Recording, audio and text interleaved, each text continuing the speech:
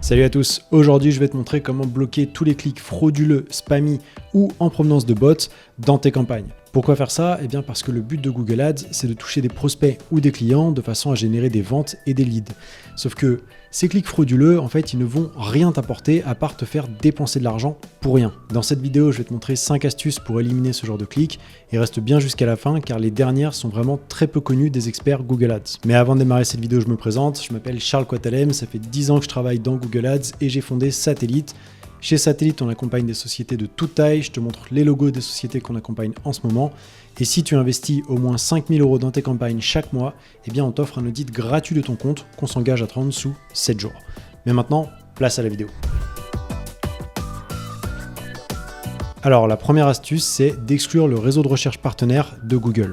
Pour ça, tu vas dans ta campagne, tu cliques sur Réglages, et ici, tu t'assures que les deux cases sont bien décochées. Pourquoi? Eh bien parce que le réseau de recherche partenaire, c'est vraiment un réseau qui n'est pas du tout qualitatif.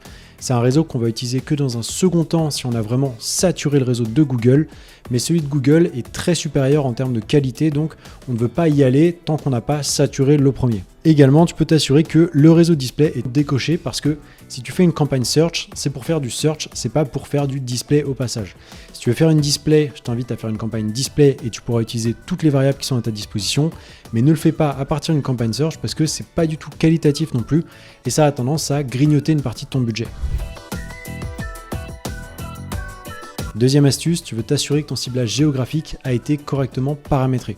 Pourquoi? Eh bien parce que tu veux être certain de ne recevoir des clics que de la part d'internautes qui se trouvent dans des zones géographiques dans lesquelles tu es soit capable de livrer tes produits, soit capable d'assurer ton service. Pour ça, tu vas dans les réglages de ta campagne, ensuite tu descends et tu vas dans la section zone géographique. Une fois que tu es là, tu veux t'assurer que ici, il n'y ait que les zones qui soient pertinentes pour ton activité. Par mesure de sécurité, tu peux également en exclure, donc ça peut être les zones frontalières, les zones proches de là où tu délivres ton service, ou même les zones du monde entier, de manière à être certain de n'avoir aucun clic qui ne soit pas pertinent. Ensuite, tu vas aller dans les options de ciblage géographique et tu veux t'assurer que tu es bien en présence.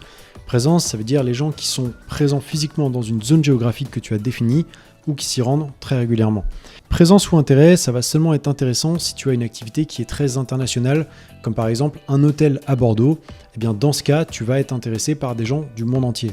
Mais dans 90% des cas, je te recommande d'être en présence pour ne cibler que des internautes dans les zones où tu es capable de livrer tes produits ou d'assurer ton service. Je te donne un exemple pour illustrer mes propos. Si tu as un site e-commerce qui livre des produits que en France métropolitaine, eh bien les clics du Maroc, du Brésil, du Canada ou de l'Australie, ils ne t'intéressent absolument pas parce que tu ne seras pas capable de livrer le produit. Donc tu vas payer des clics pour rien, ce qui va gaspiller ton budget.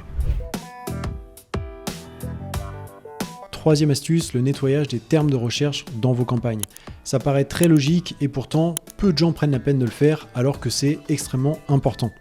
Pour ça, vous allez dans une campagne, vous cliquez ici dans Insight et Rapports et termes de recherche.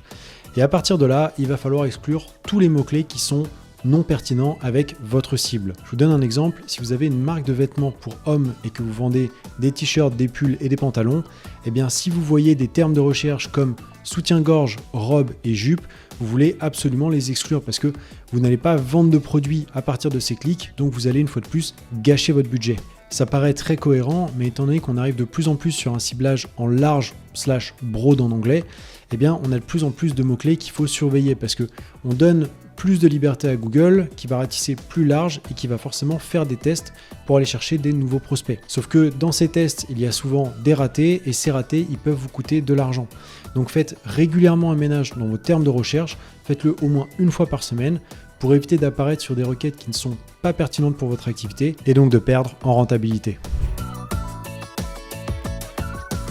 Quatrième astuce, ne ciblez avec vos campagnes que des conversions de très bonne qualité.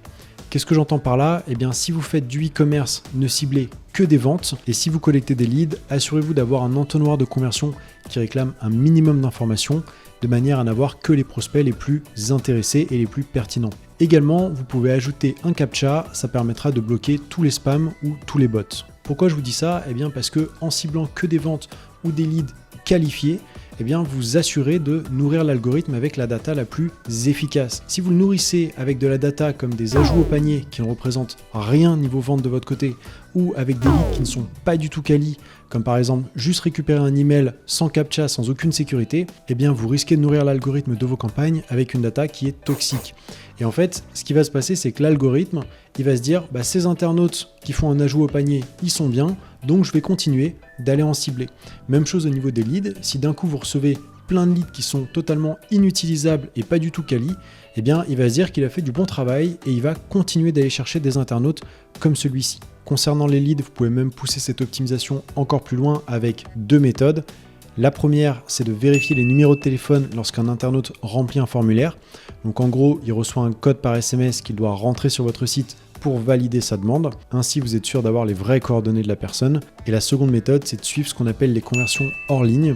Donc c'est-à-dire de dire à Google ce que valent les leads qu'il vous envoie une fois que vos commerciaux les ont qualifiés. Donc si vous recevez 10 leads dans vos campagnes et que vos commerciaux en qualifient 6, eh bien on fait remonter ces 6 leads à Google en disant ça c'est les internautes qui nous intéressent, les autres on n'en veut pas. Bon, ça peut paraître un petit peu compliqué comme ça, mais tu verras, c'est très simple. Et j'ai justement une vidéo à ce sujet que tu peux retrouver ici, dans laquelle j'ai simplifié le process et je t'explique pourquoi le faire, comment ça marche et comment le mettre en place. Tu verras, la vidéo dure quelques minutes, c'est vraiment facile à comprendre. Enfin, la dernière astuce, c'est d'utiliser un logiciel anti-click fraude. Alors le plus connu de tous, il s'appelle ClickSeeze. Ils ont fait énormément de publicité ces derniers temps. Je précise, cette vidéo n'est pas en partenariat avec eux et de toute façon, vous allez voir ce que j'en pense. Honnêtement, on en a testé plusieurs sur certains de nos clients et objectivement, on n'a pas vraiment vu d'amélioration des résultats. On voit qu'ils bloquent des adresses IP, qu'ils bloquent certains clics, mais globalement, ça n'a pas changé grand-chose et on n'a pas été très convaincus. Et je dirais même que ce n'était pas forcément rentable avec le prix de l'abonnement. La seule fois où on a vu une différence, c'est un client qui avait vraiment des problèmes de clics spammy et surtout de ses propres concurrents qui créaient des robots pour cliquer sur ses annonces. Dans certains milieux, c'est des choses qui arrivent. Et donc, on l'a mis en place et on a vu une petite amélioration. Mais c'est vraiment le seul cas où on a vu des résultats positifs et on a été convaincus. Après, l'autre raison pour laquelle je suis pas très fan de ces logiciels, c'est qu'ils ont quand même une communication qui est hyper agressive. À les entendre, 3 internautes sur 4 sont des robots et personnellement, je trouve que ça fait un petit peu too much et ça me donne pas vraiment envie de leur faire confiance. S'il y a d'autres méthodes que je n'ai pas citées dans la vidéo, n'hésite pas à les laisser en commentaire pour en faire bénéficier toute la communauté. Enfin, je fais un dernier petit rappel, si tu investis au moins 5 000 € dans tes campagnes chaque mois sur Google Ads, eh bien chez Satellite, on t'offre un audit gratuit de ton compte qu'on s'engage à te rendre sous 7 jours. Voilà, c'est tout pour aujourd'hui. Si tu souhaites te faire accompagner dans la gestion de ton compte Google Ads, n'hésite pas à prendre rendez-vous directement en bas dans la description de cette vidéo ou à me contacter sur LinkedIn pour recevoir un audit gratuit de vos campagnes. Merci d'avoir visionné cette vidéo et à très bientôt.